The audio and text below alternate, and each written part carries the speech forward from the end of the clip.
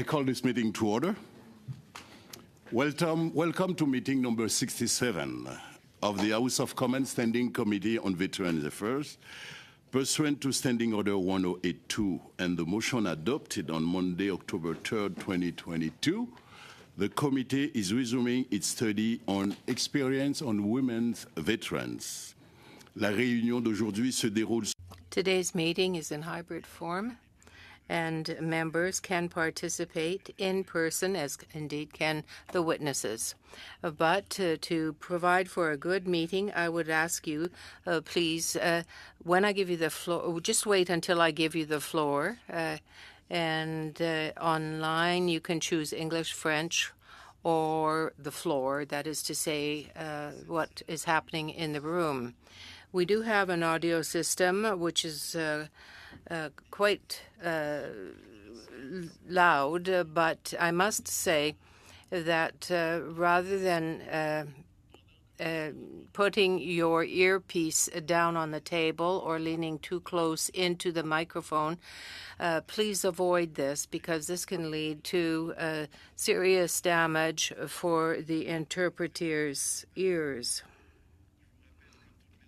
I would remind that all the comments should be directed to the chair.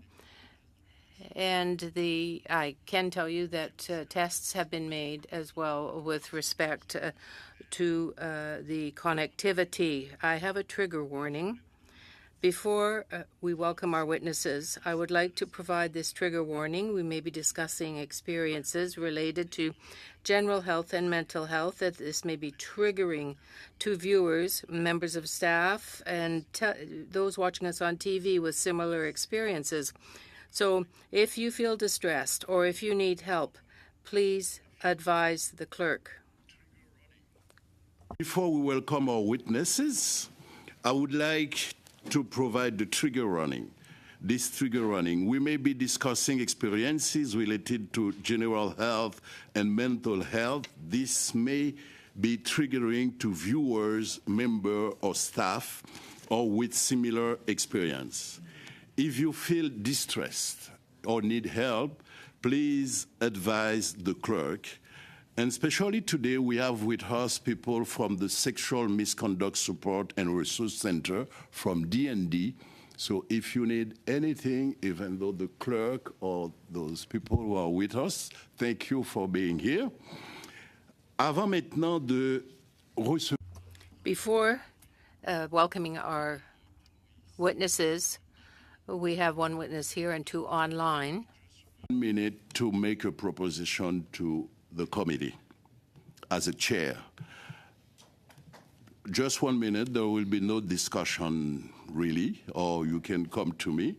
But during the special study that we are doing on veterans women, as you can see, we have a trigger warning. And this is the first time we are doing this kind of study. It is important for veteran women and for us, that study. However, I heard from colleagues and witnesses since the last meeting, some women veterans are reluctant to come and testify because they said they feel like they were used or dismissed. This is my duty to inform members of the committee that I instruct the clerk to organize as soon as possible a session of 2 hours of training on trauma. It's a free training, and that will help us to know how to behave with people dealing with those trauma, PTSD or not. Il est important que les vétérans qui viennent témoigner It is very important for our veterans who come to appear at the committee to feel at ease when they are describing the difficulties that they have had to experience. It is very important that they feel at ease with us and before the cameras as well.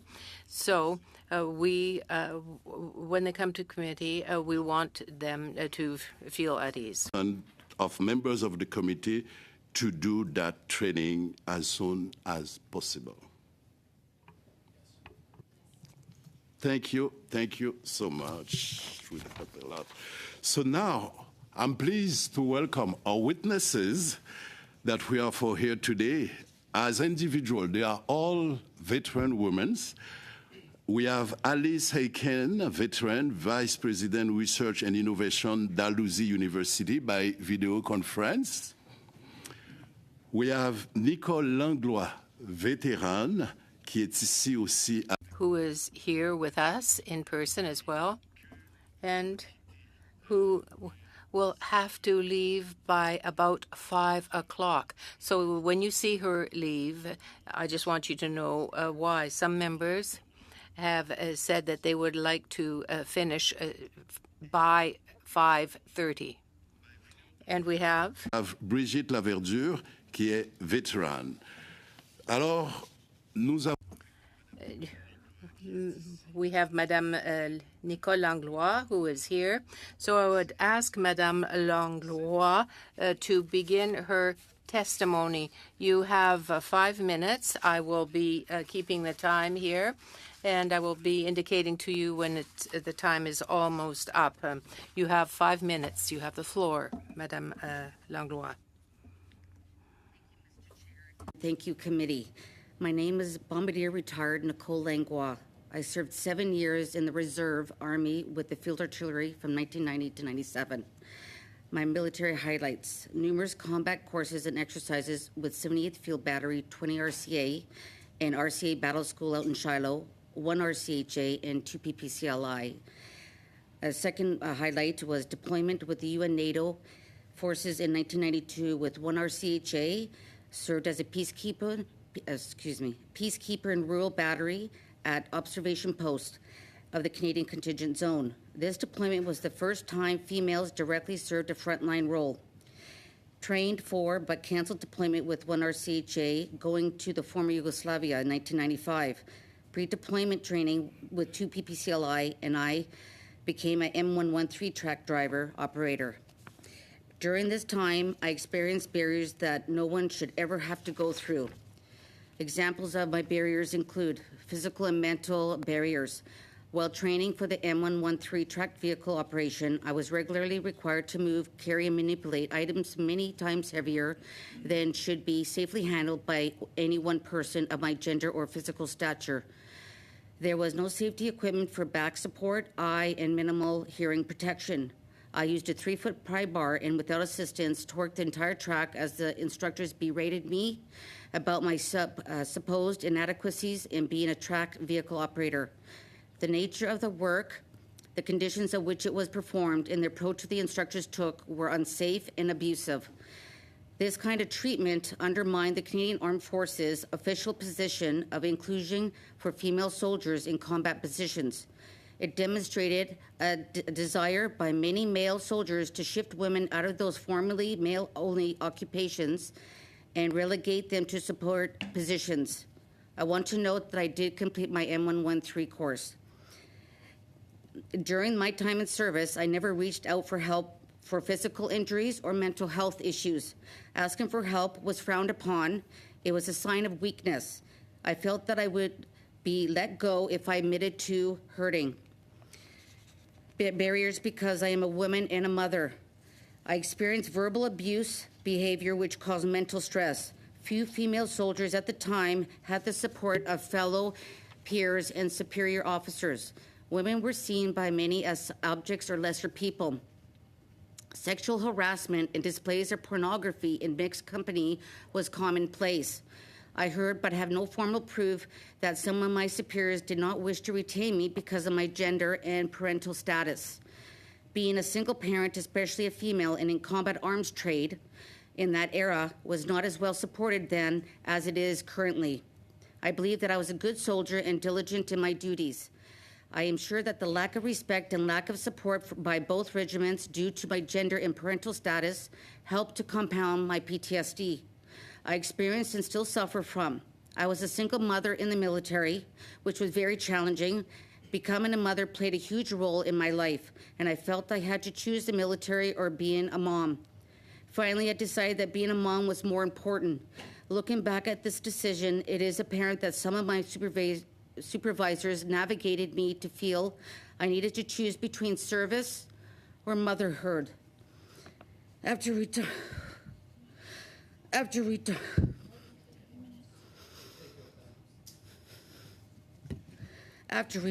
from the military, I found that all of my training was for primarily male-oriented jobs.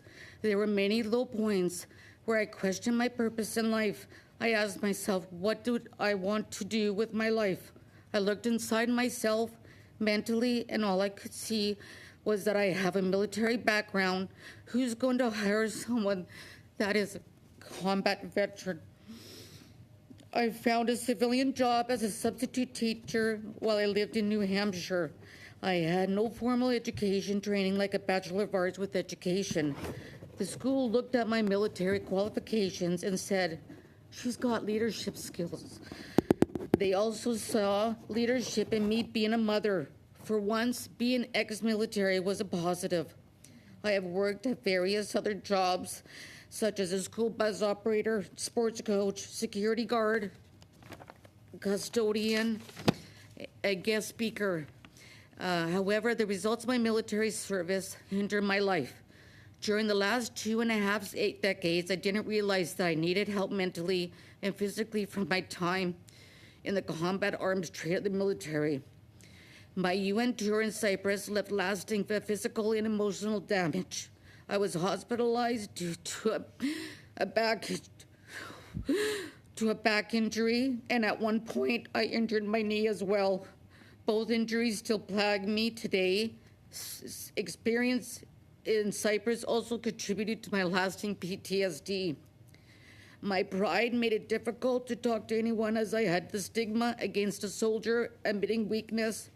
But I sought psychological treatment when I felt completely defeated. Unfortunately, the professionals helping me had no experience with retired soldiers. Because of this, I was misdiagnosed and never received a proper treatment for my PTSD. In 2018, I was at my wit's end, both physically and mentally, and called for VAC to see if there was proper help for my physical injuries and mental damage from my time in the military. The physical treatments I received started with rehabilitation to attempt to bring my body back to normal for my age. However, there are some long-term physical injuries that no rehab is able to repair. Since then, VAC has sent me to a doctor to help with my back injuries and pain management. Currently, all those treatments are on hold as I fight cancer. I spent many years after leaving the military having anxiety and depressing, where I couldn't relax, and even now I feel should be the alert for something that I think should happen but never does. I feel edgy and like there's a void in my life, but I also feel I won't be taken seriously.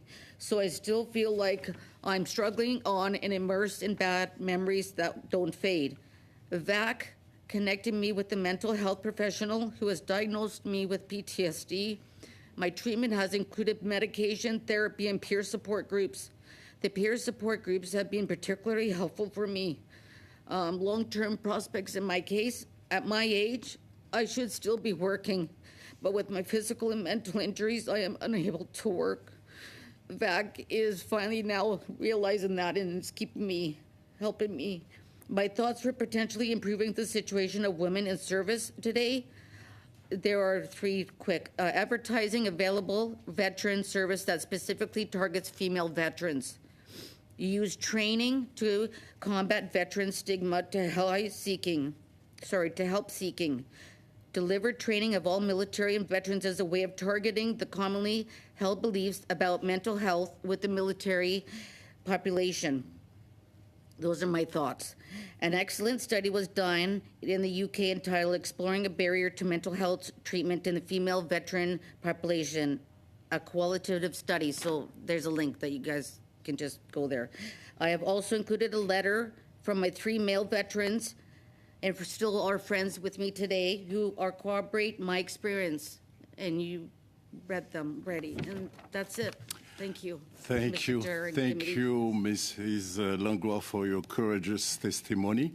And I understand that members of the committee understand also that in that situation, we take more than 5 minutes. I didn't want to interrupt your no problem at all.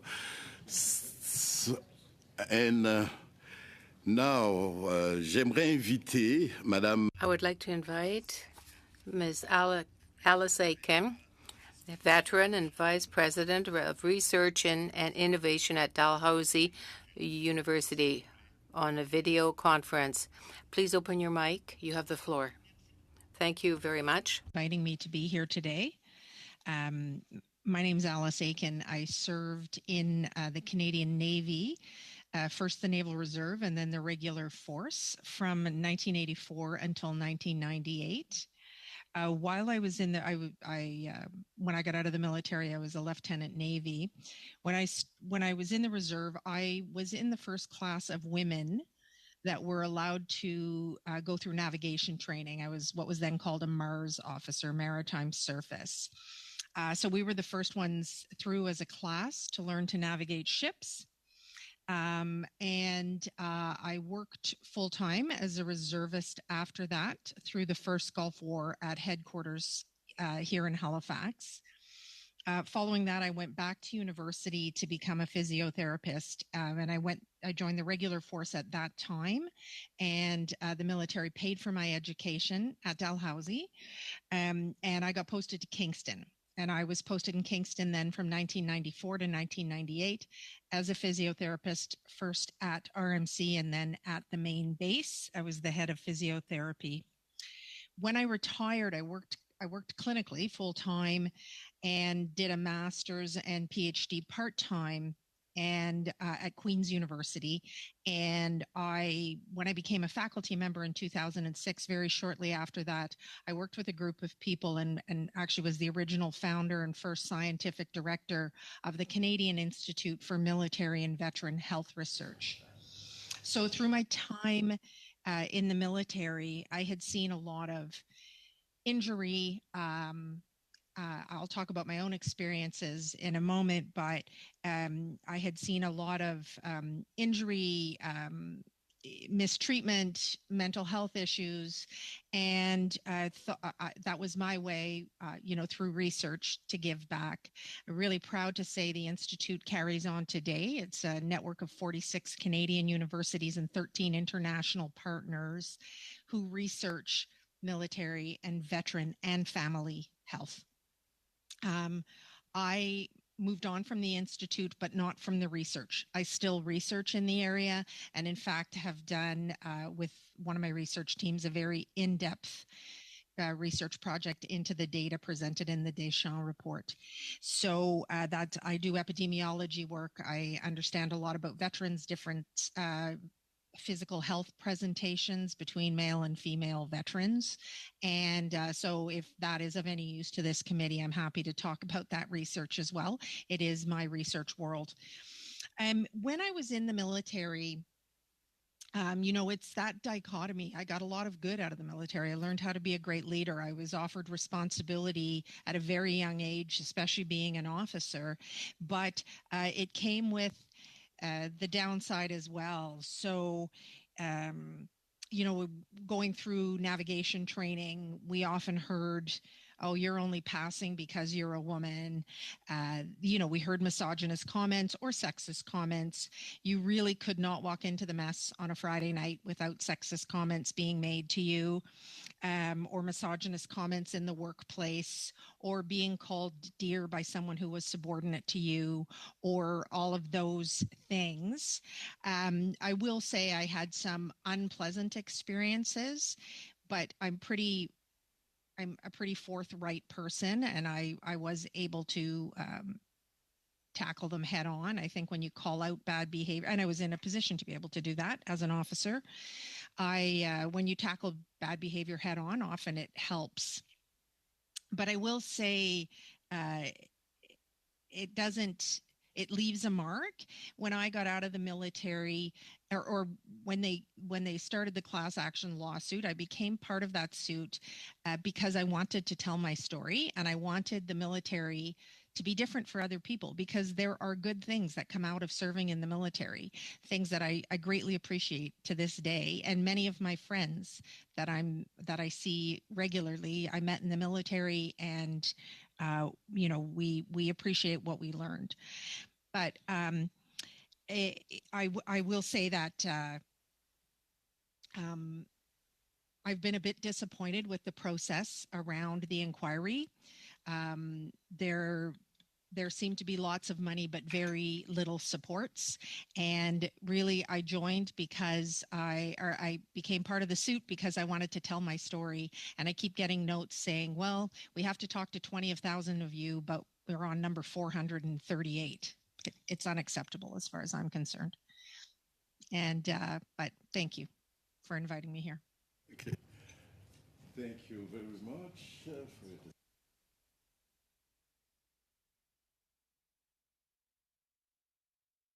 Par vidéoconférence. Now, we have our next witness by video conference, Brigitte Laverdure. You have 5 minutes. Good afternoon, Chair, members, ladies and gentlemen. I would like to thank you for inviting me to appear before this committee. To begin with, my 17-year military career was littered with traumatic events that still have an impact on my daily life. Over the years, I have learned to deal with some of the symptoms in certain ways.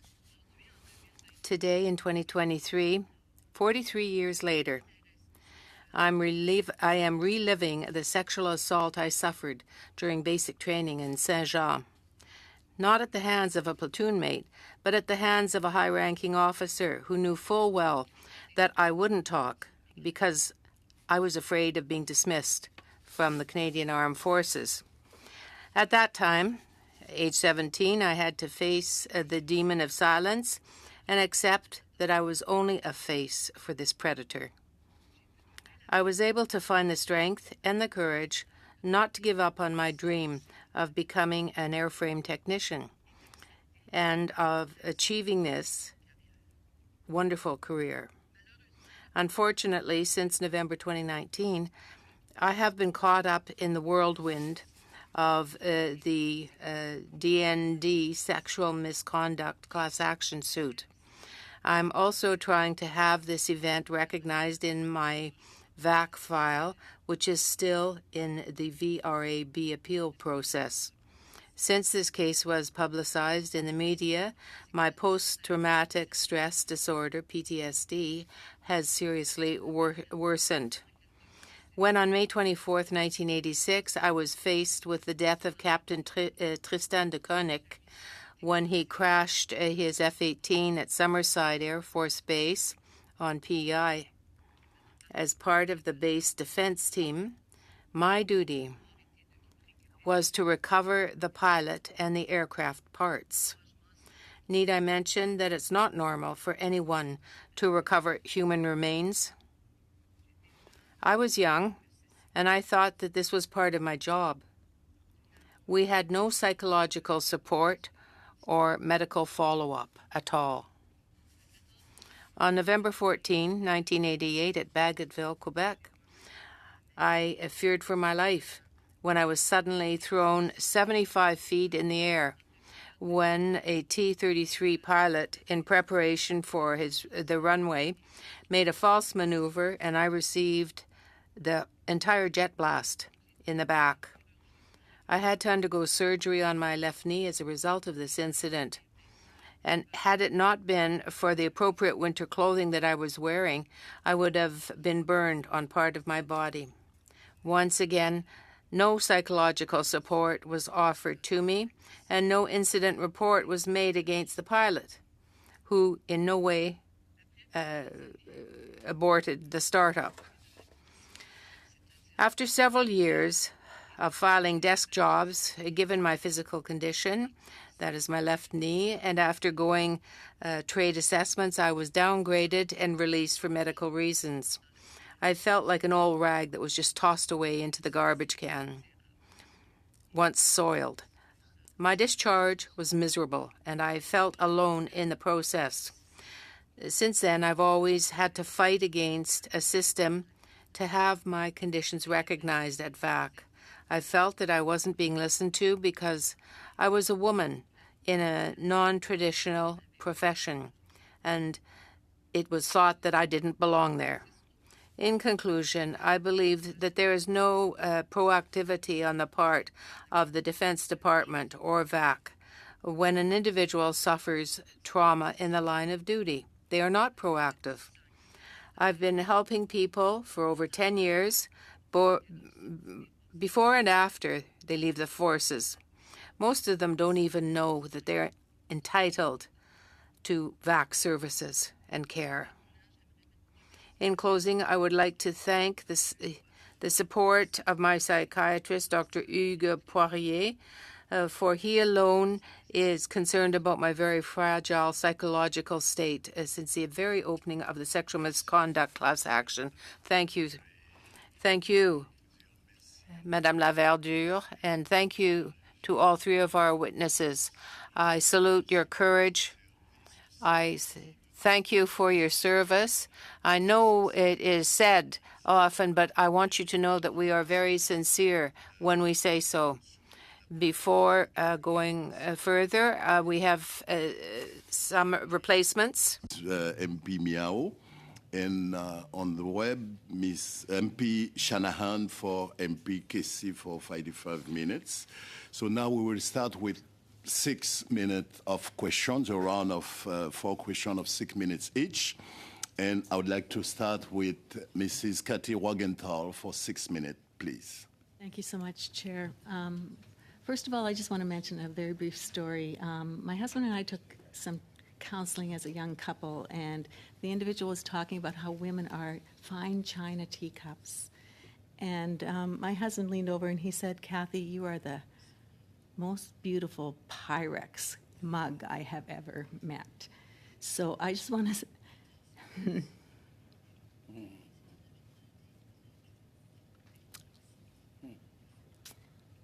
I want to say today, I feel like a teacup in your presence, and it's an honor to be here in the room, and I thank you for contributing today. You're very brave, so appreciate you being here so much. Thank you. I will start with Nicole. Can I call you Nicole? Would you rather? Is that all right? Okay. So many little portions of your sentences just stood out to me, and first of all, you talked about leadership, and they recognized your leadership in being a mother. I just want to commend that. There's nothing better. And for you to go through what you have and cared as a mother, that's significant. So thank you. You said that you sensed there was a desire to shift women out. And we need to come to the foundation of why all of this suffering has taken place for women who joined. I often think that it just seems to me that they were thrown in without any thought or organization or consideration. Do you have more that you would like to say to that? Or? At the time when I served at the beginning, I just wanted to be a soldier. I wanted to be equal, and I didn't realize the more political ramifications, that there was a soft entry back in the late 1980s. And when they got in, and then when it officially became that females were allowed in the combat arms, I wanted a challenge, and so there, then I accomplished what I could. I was trying to make this my full career, but when you have a male dominant in the combat arms, I had to push it twofold on that. Exactly. Understood. Thank you so much. You indicated it was not as well supported then as now. Do you sense anything improving? Is that where that's coming from, or what makes you feel that way? I feel not my personally, but I do have friends that are still currently serving, but they're saying it's really challenging, and it is trying to break free, but it probably won't happen in my lifetime for it to. So really, it's on the backs of the women that are enrolling in dealing with this, hoping to make things better. Yes, we're still a small percentage, right? Whether it's combat arms or not, because there's support that support the combat arms, right? And it's a small percentage that were, it's not very big from when I joined Right. Years ago. 32 years ago. Okay. Well, thank you so much. I Thank you. appreciate that. I would like to ask Ms. Aiken, you talked about wanting to share your story, and said that, I don't know what point in time, only 438 of 20,000 requests to share their story, and that is not appropriate.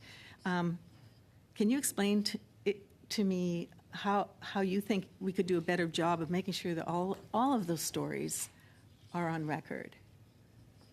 How would you like to present your story?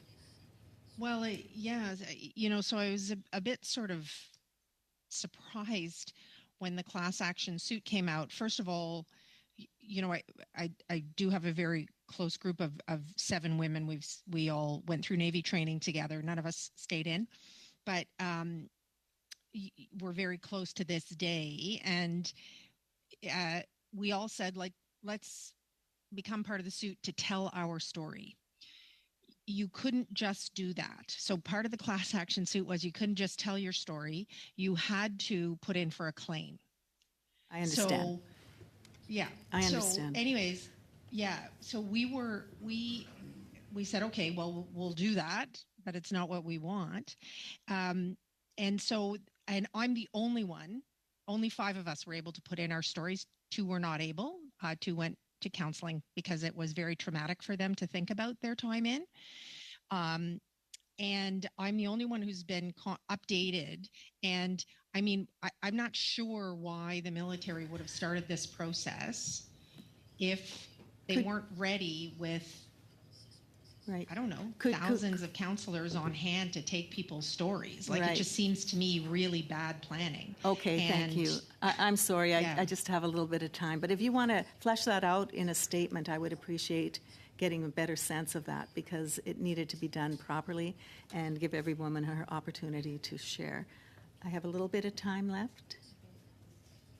Okay. 45 minutes. Seconds. 45 minutes. Sorry. That's awesome. Thank you so much. I heard that. Yes. Ms. Laverdure, you talk very openly and bravely about the circumstances that you have lived through, and I thank you for that. And you talk about your involvement on the Veterans Ombudsman Advisory Council. Are you sitting on that advisory council now? Can she hear me? Yes. Yes, I am. I'm still with the ombudsman. So can you explain to us just a little bit of what you do on that council? We try to bring ideas together, and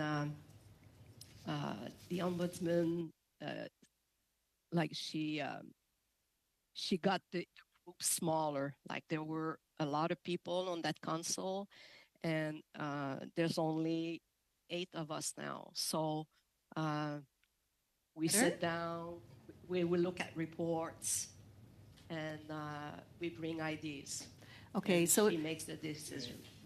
Sorry, time is okay, over. that's fine. Thank you. Thank you, Mrs. Morgenthau. And now I'd like to invite Mr. Randeep Suri for 6 minutes, please. Thank you. I want to first thank all 3 witnesses for coming and sharing your stories. It is very heartfelt to hear all of you seem to be trailblazers, veterans, in the sense of being one of the first to go in your respective fields, whether it's in the Navy, whether it's in the Army, artillery, and it seems like you were plucked in as a policy, but without enough amendments made to make it appropriate for where you were supposed to be. We now look at it and think of a gender-based plus analysis, but it doesn't seem like that was something that was talked about back then. But if it's ever imperative, I think hearing you and your testimonies demonstrates where this needs to be done in every government policy and every implementation of anything, including the armed forces. So I want to first say thank you, Ms. Langlois, for your service, and I know it's pretty difficult difficult to be here and talk about your experience. It's also very remarkable on how much you've been able to do as a mother and to be in the military at the same time. And it's important for our study to know what you're doing. We really need to continue our work to improve programs and services for all veterans, but especially for women's veterans. So in your experience, what are the main issues that women veterans are facing when transitioning to civilian life? You touched on it a little bit, and some people who gave you a break in terms of respected your leadership skills and gave you a chance at being a teacher, but what other challenges are facing that specifically a woman veteran faces when transitioning to civilian life? At the time in 1997 when I got out, I almost felt like I just disappeared. And I was very fortunate, though. I was a full-time mother. Not many people, obviously, could do that, but that was what I was doing. And I don't know. But if I went back into to the workforce, I think it would have been a challenge because of what I got experience in during my career in the military.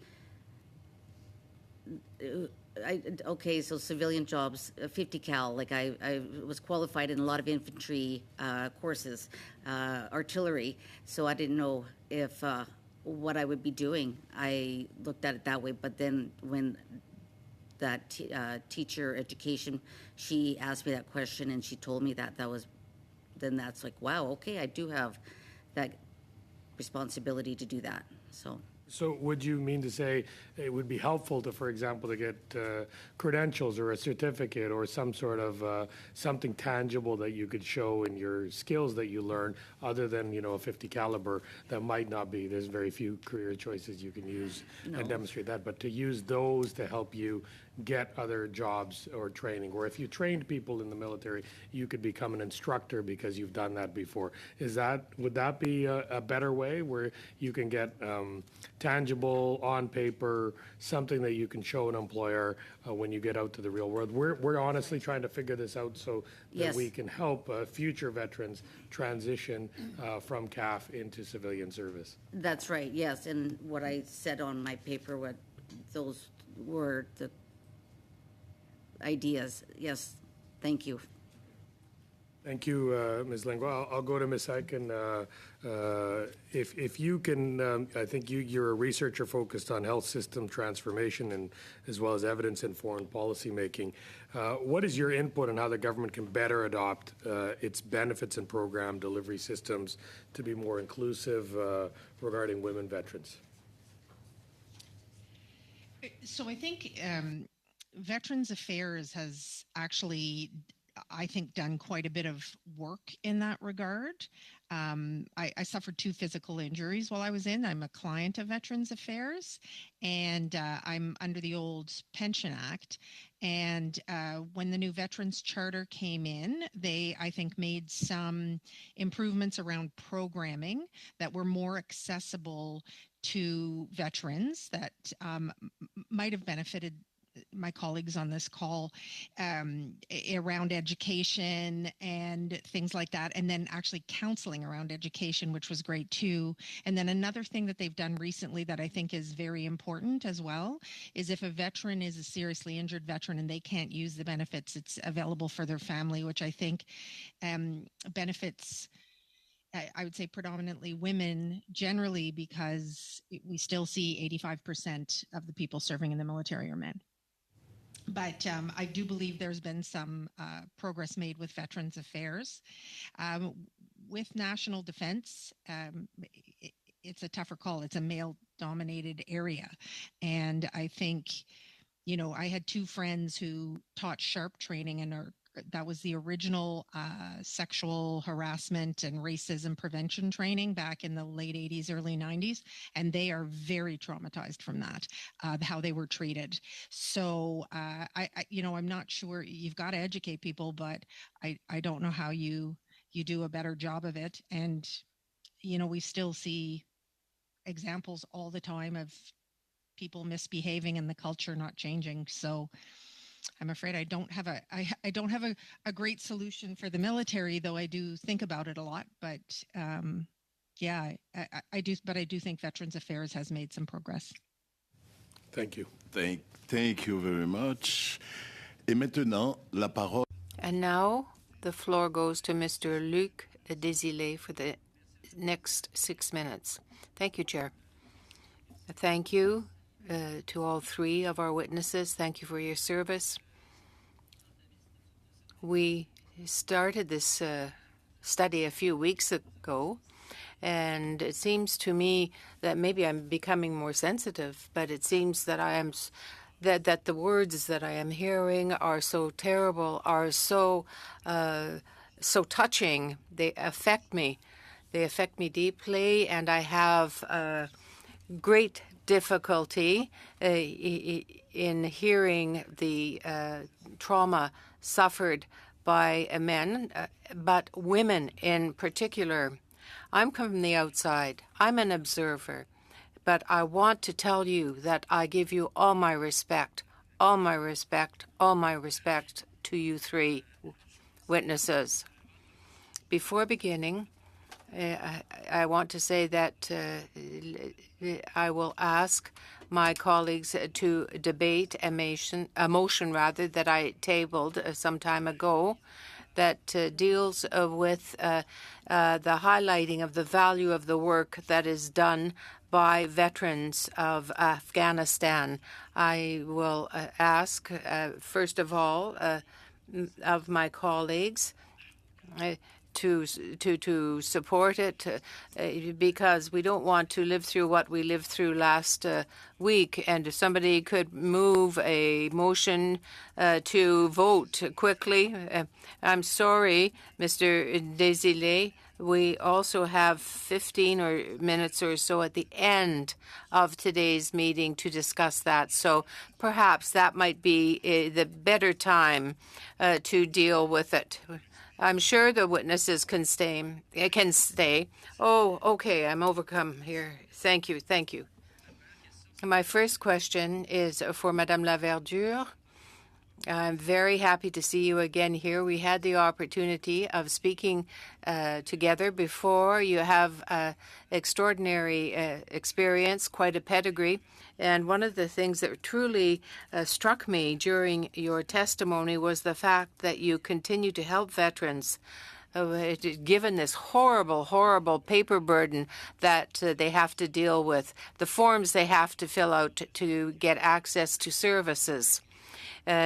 You did it in English, but the answer, if you do so in English, it will be quicker.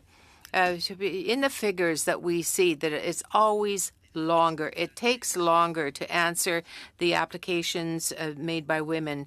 Is that what you see as well? Well, I don't. Yes, it's still the same. I don't know if you saw the report that was prepared by Nishka Desjardins, our ombudsman.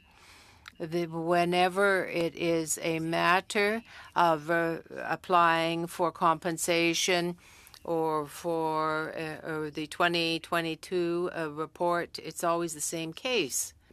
Can you explain that? I didn't understand your question. Well, how do you explain the difference between the men and women? What's the reason behind it, to your mind? Well, as I said earlier in my presentation, I think that there is a mentality inside, whether it's at VAC or DND, that women don't have their place in a man's armed forces.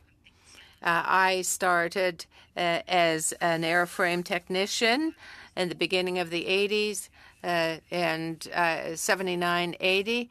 I can tell you that there were very few women at that time who were in that particular trade. And when we got there, we had all kinds of problems. There was allowance, compensation, and we got the feeling that, well, you shouldn't be here in the first place. That was what we felt. So you're saying that there is a different treatment between men and women. Is it as stupid as that? amongst Francophones, certainly. Above all, Francophones, and for French-speaking women, it's even worse.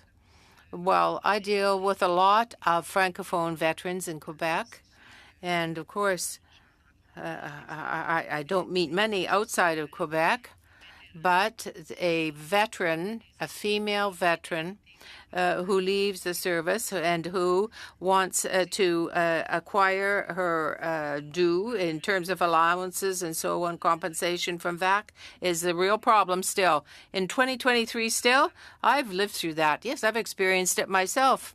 I'm experiencing it right now. Hey, I've seen men go for appeals, to go to the appeal board. And I myself went to contact the people at Charlottetown. With respect to the Veterans Appeal Board, I asked them what was the problem. Why is this happening? I'm sorry to interrupt you. Go ahead.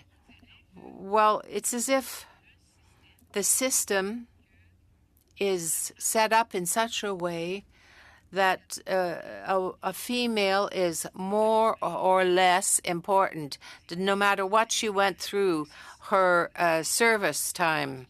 That's the mentality. And I can tell you this, right now there are many former military, male former military in Charlottetown and amongst the upper levels of the management, and we encounter problems. Well, I say problems, and the answer that they give is, well, maybe it's a problem, but maybe not. That's the way it is.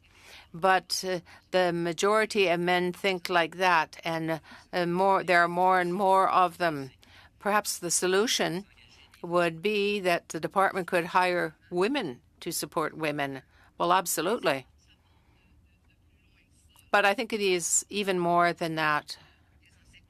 We're talking about veterans, but you've also got to talk about DND, the system in terms of transitioning from the armed forces. When they leave, then they're just put on the shelf for 3 years. Thank you, Madame Laverdure. Thank you, Mr. Desilets. Turn the microphone to Miss Rachel Blaney for 6 minutes, please. The floor is yours. Well, thank you, Chair, and I want to thank our witnesses today for their incredible bravery and for their service. And I think it is important to recognize that when you're part of the first cohort walking into anything, it is incredibly brave to do that work, and it's very clear that nobody really prepared for it. There was no sort of orientation saying this is going to be hard, and no accountability put on the people that were receiving to make sure that the pathway was as safe as possible. So thank you for being here to help us try to make the path safer for other veterans who are women and for other serving members who are women in the future. What I heard from all three of your testimonies, so I'm going to ask one question, then I'll start with you, Nicola, and then move on to the other folks online about this. What I heard in all of your testimony is that because of the fact that you were often silenced and that there was a lack of confidence that if you came and told someone that reality would be reflected back to you in a positive way, and because you were in an environment where it was very much just get through it, even though you were doing things that anybody of your physical stature would struggle with. It was all very normal, but it was treated like it was some sort of bad thing. With the sexual assaults that we heard from some of our witnesses today, it's just like this abuse that was happening. You were not able to share it. And I know that when you get over to the VAC side, if you have things not documented, it's very hard to get the supports that you need on the VAC side. I'm just wondering if you could tell us about that challenge, how you were made to be silent, forced to be silent, and then when you got to the VAC side, how you had to try to get them to understand so that you could get what you needed to heal. Nicole? I'm still fighting for that. Yes. Because they want proof of my injury. And even then, when I had that back injury, I had to have an advocate fight for me to go digging because VAC wasn't willing to give up anything. We have to ask, but there are things that I don't even know. And how am I supposed to ask if I don't know to even ask the right question? I'm just finally getting, my husband's helping me out, and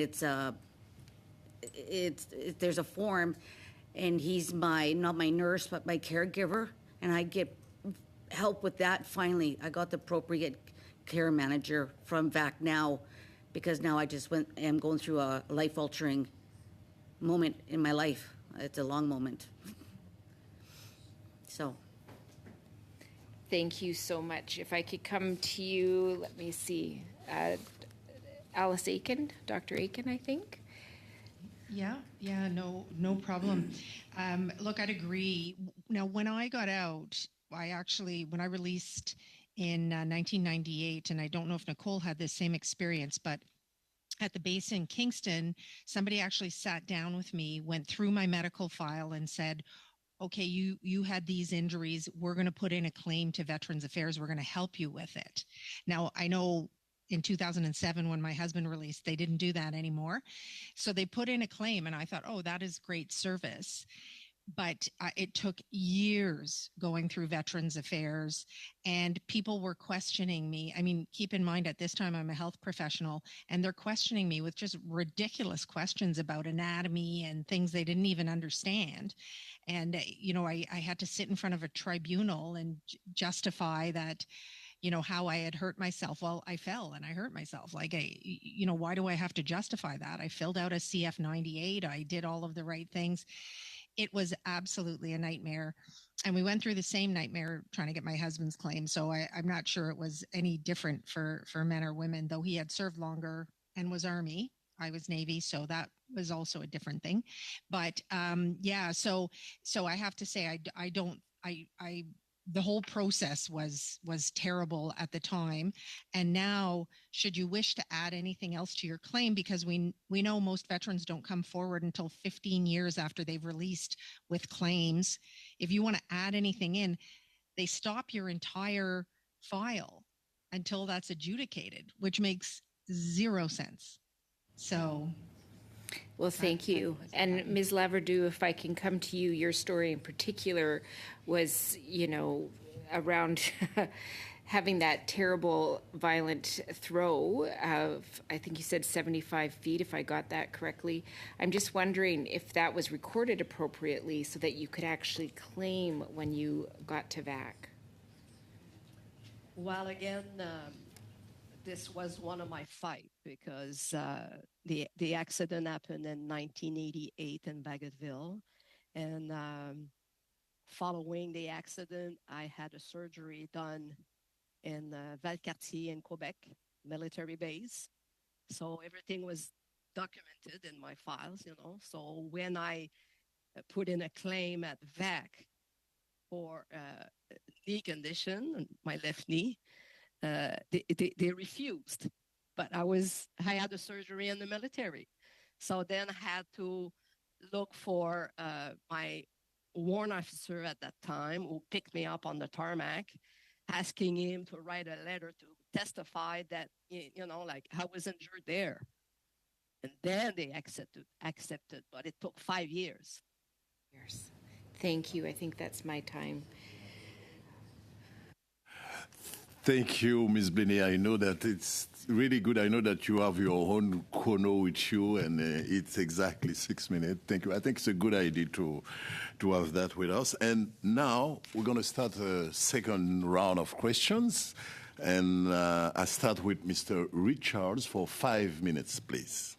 Sure. Thanks, Chair. And first of all, I want to thank each of you for not only your service to our country, but also for your courage in being here today to share your stories. I know it can't be easy, and we certainly all appreciate and recognize that, and I really appreciate you being here to do that, despite how difficult I know it can be. Nicole, I'd like to ask you first, I guess. I'm going to go completely onto a different topic here. My understanding is that you work with Quilts for Valor. I did. You did, okay. Well, let me ask you about it, and then maybe it sounds like there may be a bit of a story there. I don't know, but I just, I think one of the things that strikes me often is that many times when a veteran leaves the service, one of the things that I think is important is to still have that sense of fulfillment in serving, and I think having that in your life still, and many veterans choose to do that by serving other veterans. And I think that, my understanding of that organization is that's obviously what it's about, is trying to provide comfort for veterans. So I wondered if you could share with us that experience. Was that what that was about for you? And is that something that you find important? And is there something that Veterans Affairs can be doing to encourage more of that service to fellow veterans amongst veterans? That's a very great, at the end result of presenting a quilt to a fellow veteran. That was my calling at that time, and I presented many of them, especially during COVID times, and it was emotional, but presenting and then hearing them and then being on the same, a veteran, presenting them a quilt of valor when I received mine as well. It's emotional, and it's more acceptable when you're a fellow veteran compared to a non, and when they present it to from a non-veteran to a veteran or a civilian, then they don't open as much, and a lot of them, we don't want the attention, and that's what I didn't want. I didn't want the attention. I wanted very low key, present it to me, and we'll have a root beer and go from there. So it meant a lot, but I saw other avenues I needed to go down. No, and I can appreciate that. I guess it's that aspect of serving a veteran that I was kind of wanting to probe a little bit further. Can you tell me, that sounds like that's an important thing for you, I'm sure, and I know it is from many veterans that I've spoken to. It's an important aspect of post-military service. Is there any suggestions you might have on that in terms of, is there something that Veterans Affairs could do to encourage more of that, to enable more of that, to make that easier for veterans to serve their fellow veterans? If you don't have anything, it's fine, but if you do, I'd love to hear it. Groups, support groups would be nice to have. I belong to one, and it's even the Legion, like you go with other, so that's an important as well, to have support with them. And if I probably can answer it further on down the line in paper. Yeah, no, that'd be Right. great. If you do have suggestions that come to mind even later on, please do send them to our committee. I think you would have had correspondence with the clerk, so if Okay, thank you. if you can send it through the clerk, that's no problem. Okay, thanks. Let me ask you on another topic altogether. You served in the combat arms, and it's often a male-dominated area of the military, obviously. Do you think there ought to be more special attention paid to women veterans who are serving in the more male-dominated areas? And what specifically would you suggest there, if you've got one? Again, if there's not something you've got right now that you can suggest, happy to take it later. But I know, you're low, I can't hear. Sorry, yeah. I think it's difficult because I'm trying to look at you, I know, and the and I'm microphone's pointing the other way. My apologies. So I'll try and speak up. But Okay. what I was asking was, is there any specific suggestions you have on what can be done to pay more specific and special attention to women veterans who are or not women veterans, but women who are serving in the forces in those more male-dominated trades? Sorry, that question went right over my head. Okay, no problem. Sorry. I'll tell you what, I've got another one I'd like to ask. Okay. And I probably only have time for one anyway. So what I wanted to ask about, and it's ironically enough, I know that many times serving around artillery, guns, and whatnot, you can have hearing loss. And I'm not suggesting that that's what it is. I think it's me that's the problem here. But I don't know if you do suffer any hearing loss, but I know that's a common injury in that trade. There was no evidence that I reported it. However, it did get approved, but that was, Okay. hearing loss wasn't, but yet tinnitus was. and Okay. just because of my field, I was artillery. And I know, oh, am I out of time? Oh, okay, well, I had a whole question around that, but I guess it'll have to wait, apparently, I'm told. So thank you for being here. Thank you very much. Thank you. And now let's go to Mr. Brian May for 5 minutes, please.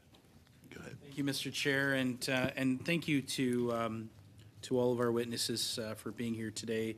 I know this is a very challenging conversation for all of you, and this study is going to have an impact in terms of not just those that are coming to talk to us, but really to us as well. I used to chair this committee, and I also chaired HUMA during C65, which was the violence, harassment, and workforce study that was done back in 2018. And it's important for us to hear these stories. It's important for us to understand the challenges that still exist. So I, again, sincerely thank all of you for being here and sharing with us. My questions today are going to be to Ms. Lavendor. I want to thank you as well as everyone here for their service. And I believe you've been advocating for the recognition of the rights of gay veterans and to us LGBTQIA+ groups. I also want to thank you for your involvement and support towards these groups, and I think it's really important as a government to be significantly more inclusive, but specifically within the CAF. I've a lot of familiarity with the defense advisory groups, and I know there's a lot of work being done on bases across Canada, but I specifically want to focus on the new Minister of Veterans Affairs, who said that this committee that inclusion and diversity was one of her main priorities, and I would like to ask you, what are the main issues that women veterans, and specifically those as part of the 2S LGBTQIA+ community, are facing when they transition into civilian life? Well, if you go back a few years ago, even in my time in 1990, when there was the purge, there was no transition for these people. They were kicked out. They were kicked out so bad that they didn't have a good release because they were gay. And today, I don't think the problem has been resolved. We know a few women that are still in the military, and they're hiding. They don't want to come forward. So it will take years, many years, for this whole process to go through. But it's still not okay. So in your opinion, again, I visited almost all the bases across Canada over the last 2 years, and again met with the DAGs, the defense advisory groups, and I heard the challenges that they're dealing with regarding resources, and I'm wondering, in your opinion, how can programs like that and others be improved to better support women and veterans specifically, and people within that community? Well, I will talk for veterans, like the ones that came out, after this ordeal, the ones that came and got help from Veterans Affairs. I will talk for them, and these people, these women, well, even the men, there was a lot of men gay too. Veterans Affairs have to have like support, support for them, because a couple of years ago, some went to Veterans Affairs getting help, and they were sent to OSIS. I don't know if you ever heard of OSIS. And they were told that OSIS didn't support. the gay people for support. Can you remind us what does OSIS stand for?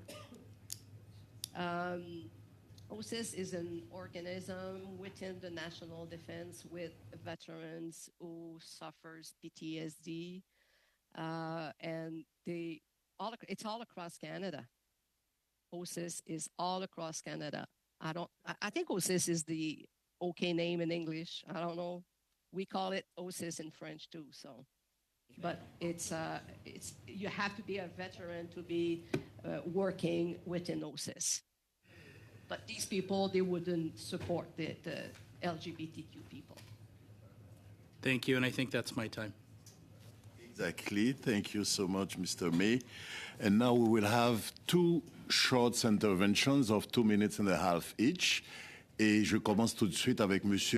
I'll begin with Mr. Desilets. 2.5 minutes, please. Thank you very much, Chair.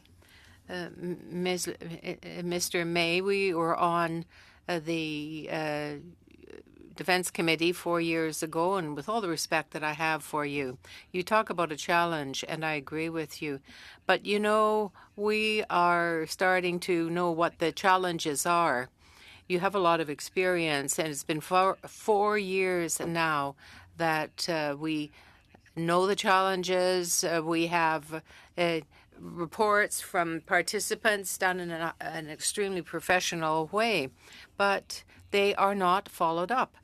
They are not listened to. Far too often, they are not listened to. This is my editorial comment. Madame Langlois, for you.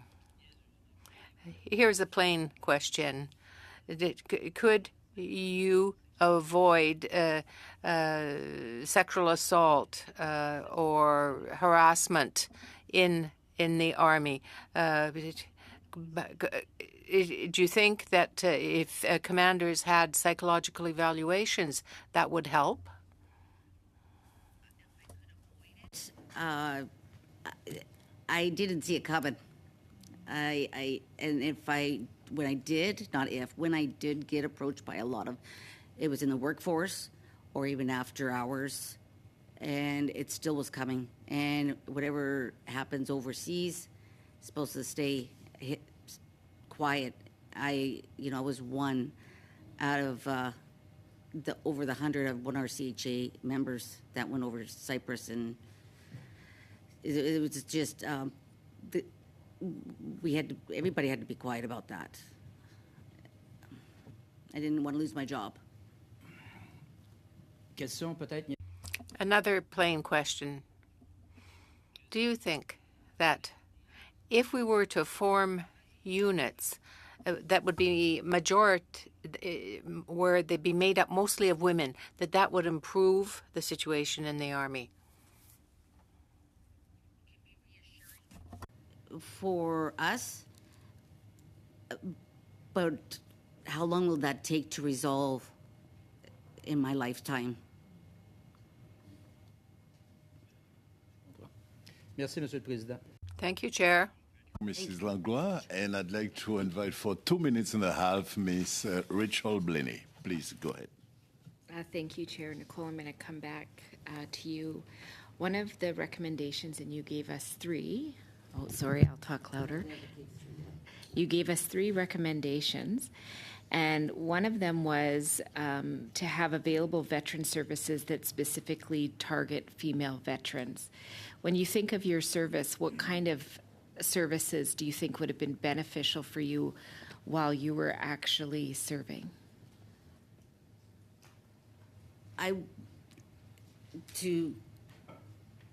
To see what we just went through, either was when I was serving with the UN, just so they know, okay, like a decompression, we needed to have that, but it wasn't available for us, and at that time, and I didn't even know that there was. So why would I didn't know we'd ask the question to call for help on that. Well, and that makes a lot of sense. If you don't know what the services are, it's really hard to know that you can access them. And of course, if they had done that while you were serving, things would have been well documented and made it a lot easier for you when you got over to VAC. So in terms of having available veteran services that specifically target female veterans, as a veteran, what services do you think would be helpful that we don't have now?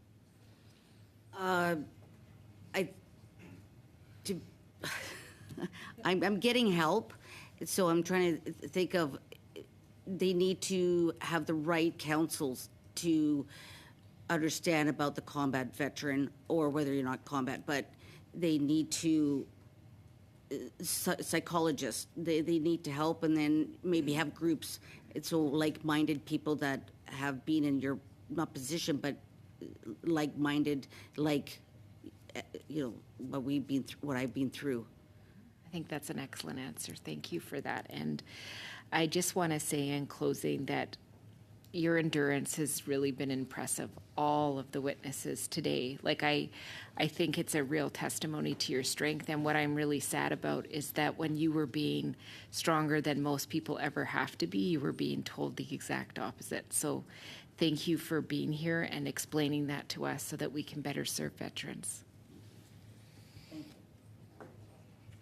Thank you very much. And now I know that Mrs. Langlois has to go, so I'd like to thank you on behalf of member of the committee and myself. The meeting is not over. We're going to continue. So thank you, Mrs. Langlois, for coming to meet us at the committee. And now I'd like to go to. It's my pleasure. Thank you. Have a good trip back. Thank you. I'd like to invite Mr. Fraser Tolmie for 5 minutes, please. Thank you. And just as you're leaving, Nicole, I just wanted to let you know that when you said about pride, that was the bravest thing I've ever heard said in this committee. I know what that's like, and I appreciate you sharing that. Dr. Aiken, there's a couple questions I'd like to ask you. And in your statement, your opening statement, you mentioned about SHARP training, and that you mentioned that it was in the 80s and 90s. I received it in the early 2000s. And so for clarification, what I'd like to know is, are you saying that it's outdated, or that it wasn't updated to reflect today's culture, or was it that you were just referring to it as what you had gone through when you were going through your training? So this was the first iteration of SHARP training. And several of my friends were pulled in to teach it, and it had been developed at that time. I am certain it's been upgraded, or at least I would hope it's been upgraded since then. I don't think any of the messaging was bad. I think we just have a better understanding now. What was really bad was how people reacted to it. And they typically would have young female officers teaching a room of entirely men who would make sexualized comments or racist comments while they were there. So, it was so counterintuitive to how it should have been done at the time. I would hope by the time you received your training that it was better and that people were more tolerant, because when it started, it was seen as a joke. Okay, thank you for that clarification. I do appreciate that. A couple of other statements that you made were about that you were proud of the skills that you learned, your leadership skills, and what the military taught you.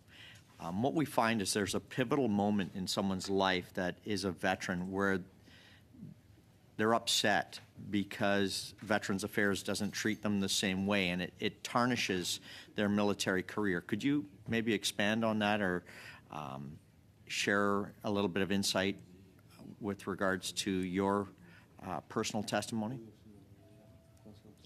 Yeah, I would say that when I released from service, I did so for several reasons. They weren't going to post my husband and I together. I had a good job opportunity on the outside. There were a number of reasons for me releasing. And I got out still, despite women being treated differently and overtly.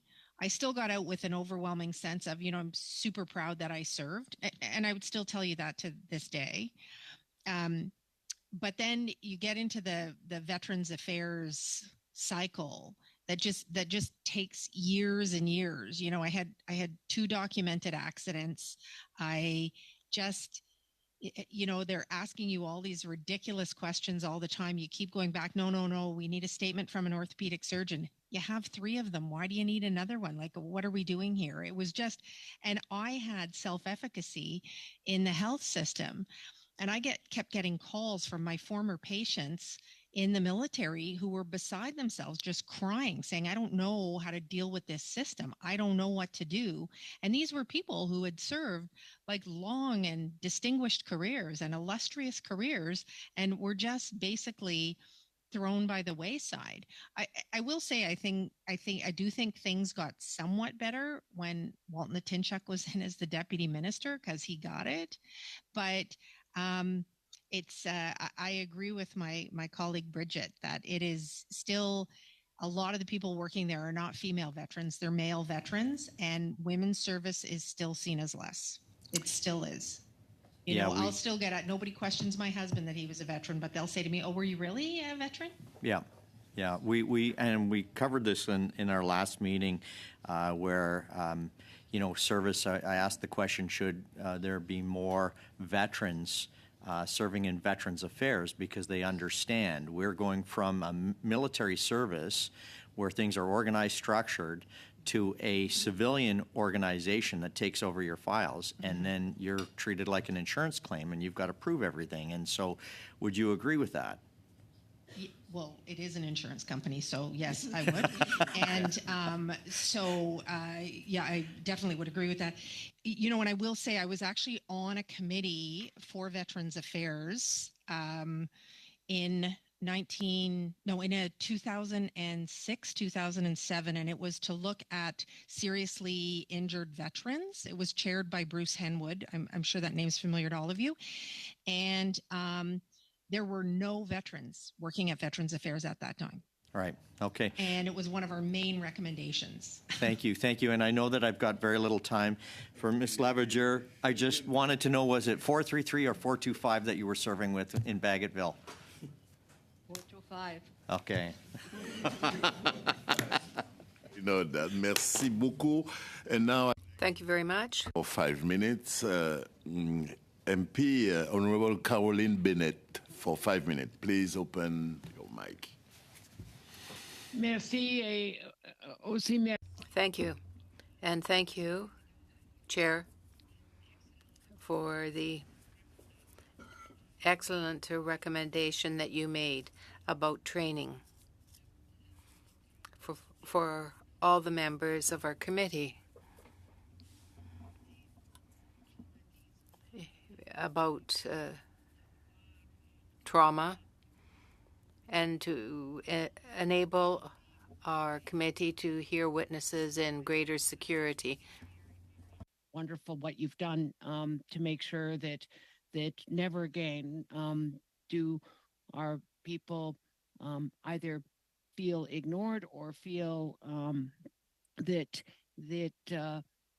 the question was inappropriate, and for all of us to learn how to do better on that, I think will make this committee a much better place. I too want to thank all of the witnesses, and not only for your service, but for your courage and for your commitment to doing better. I think that this is what we need to do, and I think we really need your advice in terms of the recommendations that should be in this report. And I think that, for Brigitte, the soutien The support in terms LGBTQ work. Help better serve the community that you received the award for supporting, which usually means that they needed your support because they weren't getting it other places. So I would love to know really what you think could be done differently for the women that who identify in that community, and maybe, and then I can shut up. Maybe for Dr. Aiken, I think that you know I love the idea that you and your husband, both as veterans, where you are already doing a live trial as to what is different. I would love you to be able to just tell us, are the men getting the same number of stupid questions? Is it is there a gender difference? And then again, in all the scholarly work that you've done and with Simver, it looks like there are really good articles in the journal at Simver that maybe some of the members of the committee would that are about a gender difference or women vets. I would love you to just I was surprised to find that it wasn't in PubMed, that really good journal. How can we get it there so everybody can access this who doesn't even know the journal exists? That if they just are searching for a topic, they could get it, find the really good work that's being done there. So I guess, are there certain articles that you think should be part of our report in terms of the experience of women veterans and their families, women veterans and perinatal experience, like all of the things that we know have to be there? And so I guess I just would love you both to just tell us what you would want to see in the recommendations as we go forward in terms of making sure that people are treated properly and not cross-examined about something that is patently clear. Okay, so you have 1 minute each, please, to try to answer the question. I apologize. Let's start with Madame Laverdure. Well, for the LGBTQ plus 2, either veterans or still serving, I would think that the government would have to put in how would I call it? Like a support group, letting letting these people know that, like there's groups that exist. But for the veterans, it will be pretty hard to go to these people because they were hurt so bad, So they went and got what they were capable of with, like Veterans Affairs, but in their service, when either they join or still serving, they would have to be, like supported in a way that, if you need anything, we can, support you. So that's basically the recommendation I could, suggest. And I would say, my husband probably was asked as many ridiculous questions as I was. The difference was I'm really mouthy, and he spent longer in the military and was really believed a system would take care of him. So in the military, you actually get great medical care, and people in the military believe the system will take care of them. So when they come out, they're not always their own best self-advocates. And that is really problematic. And whether it's male, female, somebody LGBTQ, people coming out of the military expect a system to take care of them, and Veterans Affairs does not act like that. So it doesn't act like the military medical system. And something I think that could really help. As for the journal, we started it in 2015. It is indexed on some sites, and we've been trying to get it indexed on PubMed. But I will say, if you go to the Simver website, it's fully open access. You can access all the articles there and search anything you like. And I would suggest there are some fantastic articles in there that would help the committee. So. Thank you very much. And now, members of the committee, we only have 8 minutes left. We can go 4 minutes and 4 minutes, or we can have 2 minutes each party. So I don't know if you don't mind if we go 2 minutes, 2 minutes. That's okay? Are you okay with that? Okay, great. So I'd like to invite Mr. Dodell for 2 minutes, please. Thank you, Mr. Chair, but I'm going to cede my time to my my great. colleague here who So- really wants to ask some questions. Mrs. Rogenthal, please Thank you. go ahead. Thank you very much to my colleague. I appreciate that. I'm hearing, tell me if I'm hearing this correctly, because we often hear about the treatments available and it related to physical injuries. There's challenges there, that's true. But can you talk to me about the mental trauma? I mean, I heard admitting weaknesses. What does that do to your mind? Downgraded and released and discharged. All of those impacts on your mental health. And then also around the term, we use sanctuary trauma, where you were expecting to have that care and it doesn't seem to be there. Of all of those concerns, which one impacted you the most or impacts you the most in moving forward with your lives after service? Or combination, how does that work? Both of you too, so I'm sorry. I can ask Alice and then Bridget, please. Yeah, you know, I didn't have a problem moving forward with my life. I would say I've stayed intimately tied to the military because I want to see change, right? I devoted my entire research career to the military. I'm an honorary captain Navy. I'm part of the Order of St. George. I really try and give back to the veteran community because I want to see change. Did it stop me moving forward with my life? It did not in any way. I think I've done fairly well for myself. And I do attribute some of that to the military, right? I learned at a young age, at 23, I was in charge of a whole group of men who'd never had a female boss. And I was too young to think I couldn't do it. Can I ask you? I did it. Oh, sorry, And, Alice. Sorry, on that note, I just want to ask you then, your situation is solid. That's great. Can you think from the perspective of boots on the ground, individuals who would be more like our other witness that was here that doesn't, oh, are you frozen? I think she is. Okay, can we move on to Bridget then and maybe come back to her? Well, Seconds, please. Yes, allez-y, Madame Laverdure. 30 secondes, s'il vous 30 seconds, Madame Laverdure. Sure. You know, when I released from the military, when I was kicked out because of my medical condition, it was for my knee, physical condition. But at that time, I didn't know I had PTSD.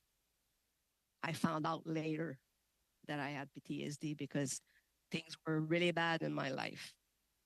That's when I went to VAC because I was already with VAC, you know, for my knee. But then again, I had to fight to, you know, like prove that I suffered from, you know, accidents and a bunch of things, you know.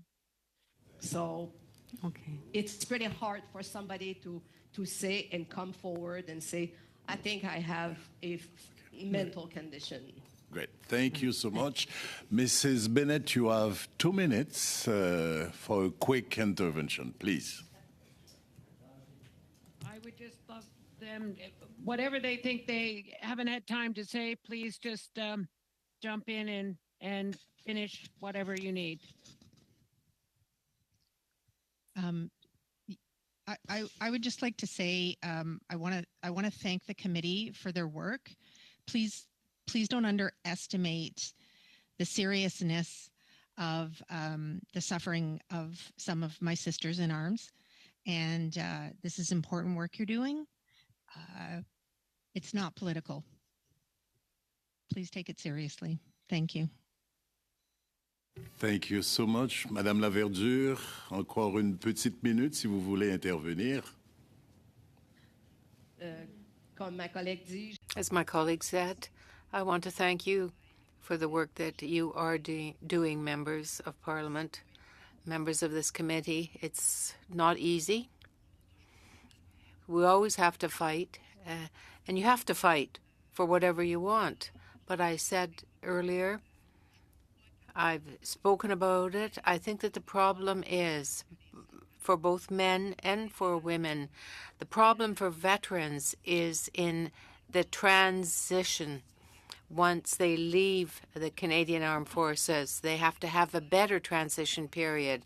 Those people who work in the transition center at VAC are people who don't even know they have military PTSD, but you need people who understand better. Thank you so much, Mr. Desilets. Yes, thank you, Chair. What I'm concerned about is that at each meeting we have educated, intelligent people like you, leaders like you, very upstanding, solid people who have trouble making their way through the system. And then when you have people who come out of the army, come back from a mission, who have psychological problems, my goodness, it must be just hell on earth for them. One hell on earth after the other. Ms. Aikens, would you have anything to add as a recommendation? Yeah, if I could give a recommendation, I mentioned that when I released from the military, somebody sat down with me and said, okay, this is what we're going to submit to Veterans Affairs, and we'll help you get this done. If there was, the transition centers don't exactly do that. Like my colleague just said, they're people in the military who might be struggling themselves. The person who helped me was a public servant, a civilian who worked in the health system in the military. And so I really think getting people there to help people make that transition to Veterans Affairs, if they need the help, would be a critical recommendation. Merci. Monsieur Desilets. Thank you, Mr. Desilets. And to end, Ms. Blaney, you have the floor. Thank you, Chair. And Ms. Laverdere, if I could just come to you for one final question. You spoke earlier with great honesty about the fact that you're part of the class action suit, and that one of the challenges, if I understood correctly, is that because you're going through that process, your PTSD is really being triggered, and it's a lot harder. And I'm just wondering, when we think about the services from VAC, how could that process to contact VAC be easier when you're in such a vulnerable position? I don't think VAC cares about the people in the class action. Like I was thrown from one to the other. And the reason why I was thrown from one to the other is because I was already PTSD from my previous accidents and crash and. So because I was already PTSD, I wasn't allowed anything in the class action. And so what would make it better?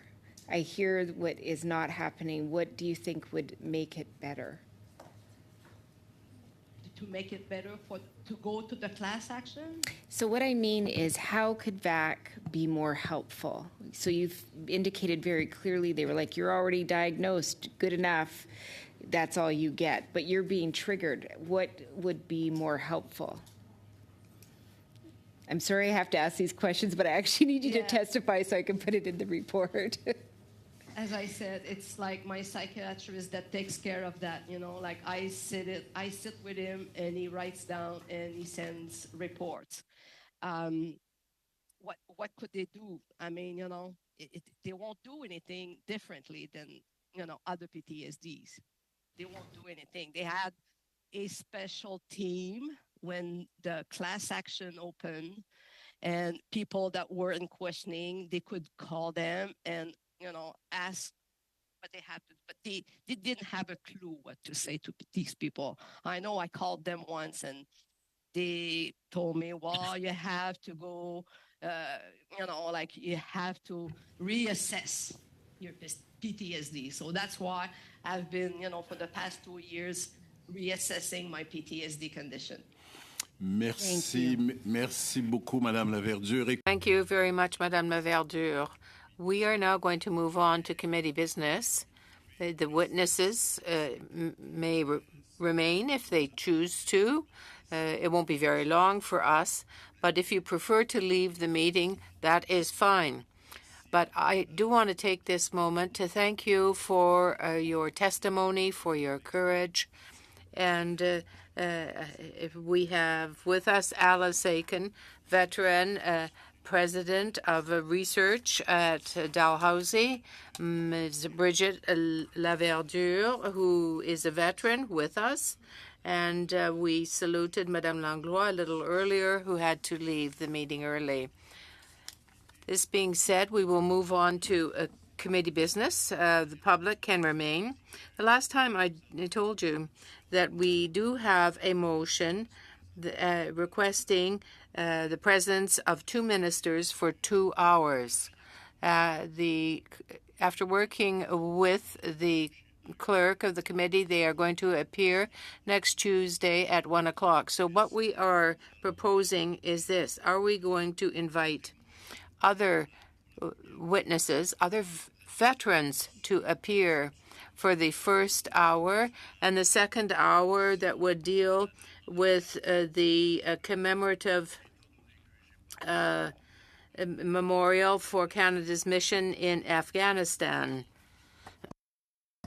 It's up to the members of the committee to decide. Mr. Richards? First, I was listening to the translation, and it came through as Tuesday at 1 o'clock. I assume that was a mistranslation? No, not 1 o'clock. The same hour of the committee, but 1 hour on veterans women experience and 1 hour with 2 ministers. Okay, so do we know which hour is which?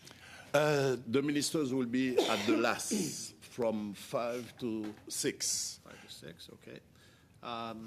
Okay, and my only other comment on that would be, obviously the motion asked for 2 hours. I don't think that, I mean, I understand when you're giving a timeline that sometimes, an hour is what ends up happening. But I don't think it's something we should just accept as a without some kind of a indication that we have some disappointment that they didn't come for the 2 hours that was requested. So I would ask that you, on behalf of the committee, write a letter to the 2 ministers, just indicating our disappointment that they aren't fulfilling the 2 hours that was requested of them in the motion. I think that's important that we do that. We should make it clear that as a committee we expect 2 hours, and we're disappointed in that. That's the minimum we think we should do. Okay, perfect. And I discussed that with the clerk and the analyst also, but there's no way. So if they said we can send, let's say, a subpoena or something like that, but it's your final position is to send the letter and invite them on Tuesday or cancel them on Tuesday? Well, I mean, I guess it's Mr. Desailly's motion. I guess we'll see what his comments are, but my feeling is if we accept them for the hour, we just write a letter to express our disappointment that it wasn't 2. Right. Okay. Clear. I think it's important that we make it clear we had expected 2 hours, and so if that's what we're going to do, we should make that clear. And I'm of course comfortable with using the other hour wisely if that's what we're going to do. Perfect. Clear enough. I have Ms. Blaney, Mrs. Wagenthal, and Mr. Mee. Ms. Blaney. Well, thank you. My question is around who the witnesses would be for the women veteran study, because what I don't want is to have veterans here and feeling really rushed. As you know, we've been doing 2 hours so that there's space if we need to take a break, and so that they have a more positive experience, even though it's very hard. So I'm just curious if we could know that, because I think that's really relevant, and I'll wait to hear that, and then I may have other commentary. Right, but for that, the clerk can answer that. I think that we have 3 witnesses. Yeah, so the first hour would be with 3 witnesses who are, one is a researcher, one is a historian, and the other is Chief Executive Officer and co-founder of the Veterans Emergency Transition Services. They are all women, yes. They're not veterans. Yeah. So none of them are veterans. None of them are veterans. that we have been indicated, yes. Thank you. Okay. Thank you. Mrs. Wagenthal? Yes, thank you, Chair. So we had asked for 2 hours, and I understand how busy it is for one to come, let alone two. So in speaking with my colleague to my left here, I would suggest that we bring forward another motion to have them return at another time for another hour. Instead of Tuesday. Oh, for another hour. For another hour. Okay, great. In other words, have them come twice Okay, to fill that commitment to the 2 hours. right. Noted. Thank you. Mr. May, and after that, Mr. Casey. Thank you, Mr. Chair. Ms. Blaney actually asked the first question that I had, but after hearing Ms. Wagenthal's intervention, I'm very concerned that this is getting into a bit of mission creep with this particular motion. As we all know, we can invite the ministers. We were inviting 2 ministers here. To coordinate one schedule is challenging enough. To coordinate 2, which they have, to be able to come together as per the motion, I think is what we need to accept. But obviously, it's the will of the committee to decide what they want to do moving forward. I know that Monsieur Desilets has another addition to this, and I will let him speak to his motion, but in sort of preempting that a little bit, I'm wondering if we could potentially ask the witnesses that he's asking for to be added to this conversation if it's not so disruptive to the witnesses that have already been invited, but to potentially combine those 2 to fill the time on Tuesday. Because I know how important it is that we get and continue on this study, and I'm concerned that we're going to be adding additional meetings on this issue, and it will delay our ability to get this study done. Okay, but I have to tell you that 2 of the 3 witnesses for Tuesday are already booked. All three are booked, so... Just a suggestion. Right. But Okay, I understand. great. Perfect. Mr. Casey? The only comment I want to make, Mr. Chair, is with respect to Ms. Wagenthal's motion. With respect, I think it may be premature. If after hearing from the 2 ministers for an hour, we feel that another hour is necessary, it might be appropriate to move and consider the motion then. And maybe we'll feel that the ground is well enough covered, and if it isn't, I would think it would be, the motion will be better informed to make that call after we hear from them for an hour, is my point. Thank you. Great. J'aimerais bien entendre... I'd like to hear the author of the motion, Mr. Desilets, on this matter. I don't want any confusion. We have 2 motions. One that was accepted by the committee, that is to bring the ministers here for 2 hours. And I like Mr. Casey's reaction. But my motion deals with the witnesses, and I think that we have to debate it. That is to say, have a vote on it, adopt it.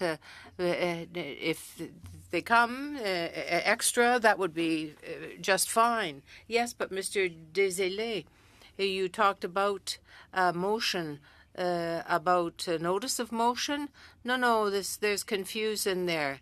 I have already tabled the motion. All right, then. No, it's not another motion. No, we're in the same zone. And I think the motion that Ms. Wagenthal was talking about could be moved later. Okay. So if I understand correctly, we will be able to move to the notice of meeting. And the 3 witnesses have been called.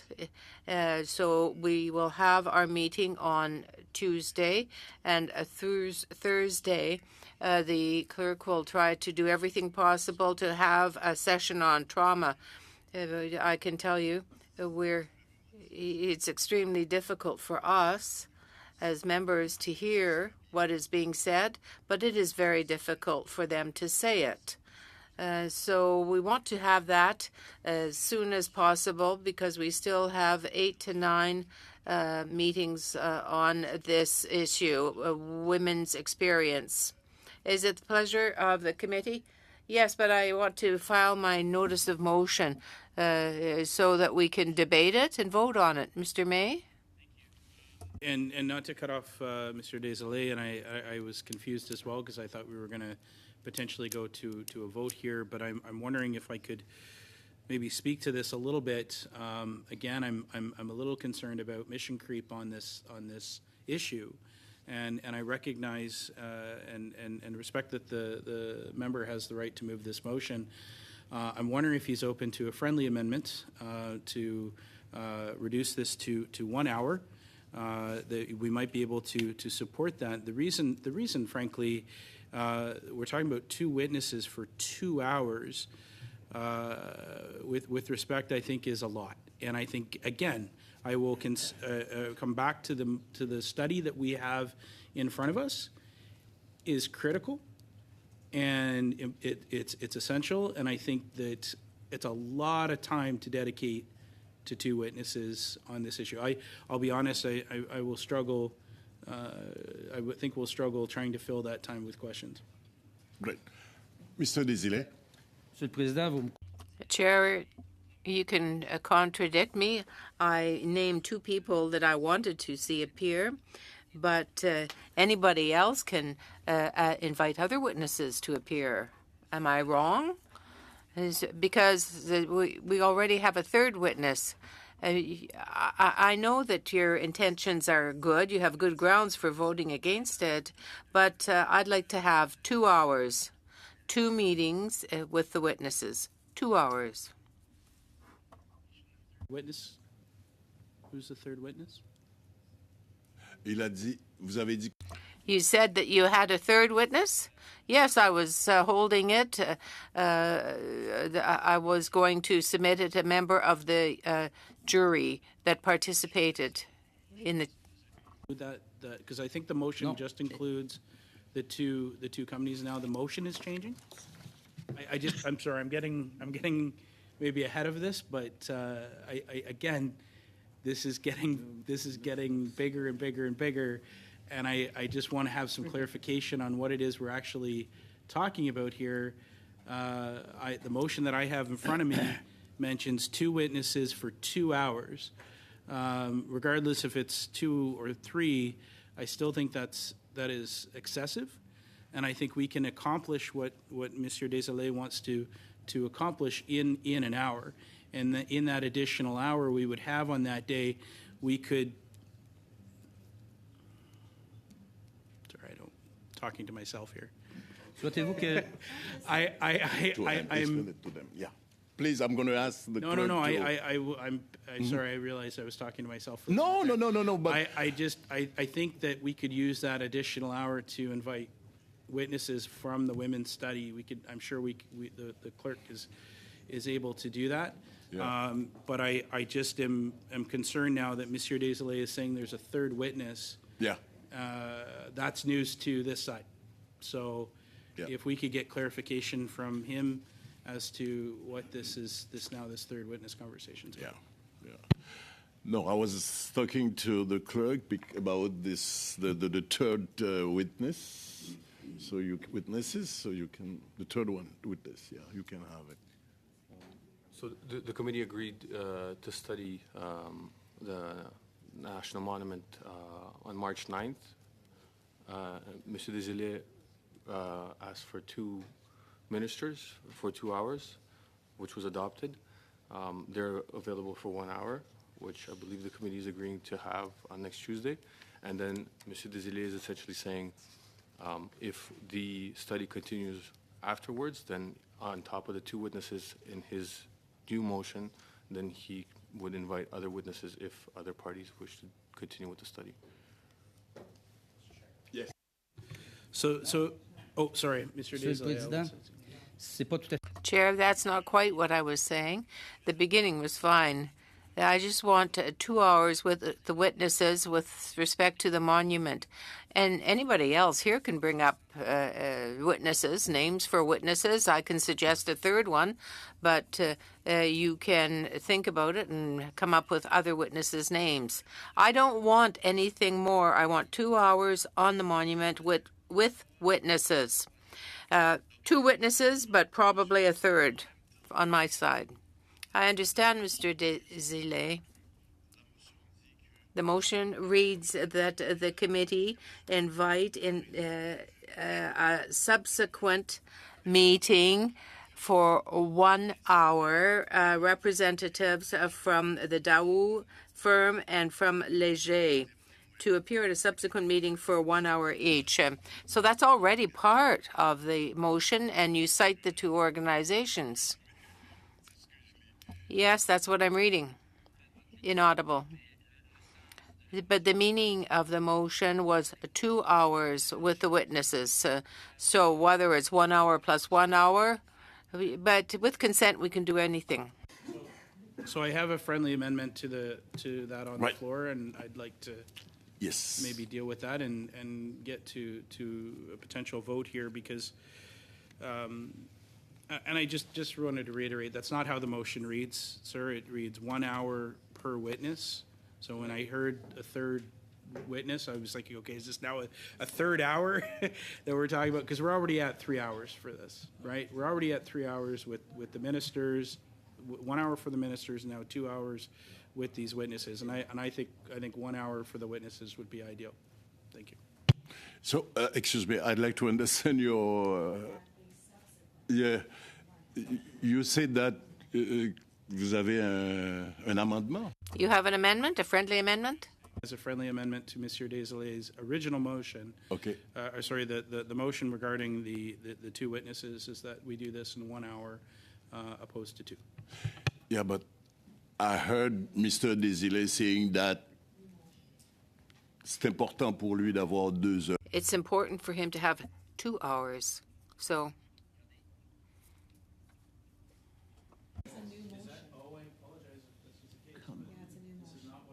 hearing.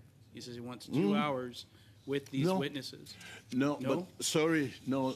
The motion said that after hearing from the Minister of Veterans Affairs, Ginette Petit-Pateleur, and Minister of Canadian Heritage, Pascal Saint-Onge, regarding the controversy surrounding the competition and awarding of the contract for the design of the National Monument to Canada's mission in Afghanistan, the committee invite representatives from Daou and Léger to appear at a subsequent meeting for 1 hour each.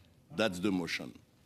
1 hour each. So we're talking about 2 more hours, and I'm suggesting we can do this in 1, guys. I have faith.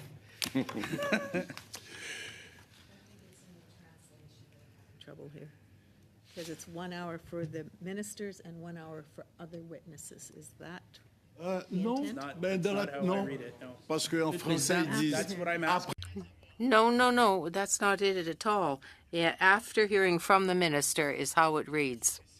Yes, Mr. Casey. Just hoping to put some clarity on it. So I'm going to formally move an amendment to delete the word each and substitute for it the word together. Okay. Excusez-moi, je voudrais avant... Excuse me? Listen, okay, I'm going to go back to you, but I'd like to say thank you to people from the Sexual Misconduct Support and Resource Center from DND to be there with us, with the women veterans that appear in committee. Thank you so much for coming. Thank you. Thank you. Yes, okay, so you have an amendment. Could you repeat it again, please? To delete the last word in the motion, so to delete the word each and to replace it with the word together. Okay, so we have an amendment. Oh, okay. Bon. No problem as far as I'm concerned, Mr. Chair. No objection, and therefore the amendment is adopted. Thank you very much. Well, then, Mr. Desilets and all members, 30 seconds. The analyst wants 30 seconds. There will be no information notes for next Tuesday's meeting, but I prepared a press release. The press release that it will have articles in English and articles in French. Since we won't be able to have the time necessary to ensure a translation of either articles into the opposite language, I am going to submit them to you one by one rather than ask for unanimous consent by the clerk for having documents circulated that were not translated. Mr. Desilets, I don't want to be the dog in the manger here, but we have not yet spoken to the motion. What is the state of the motion? D'accord, voilà. Oh, yes, that's clear. No, I want it to be clear. You did the right thing, Mr. Desilets. I want to know if the committee wants to adjourn the meeting. Thank you to our support staff, to the interpreters, the analysts, and so on. The meeting is adjourned.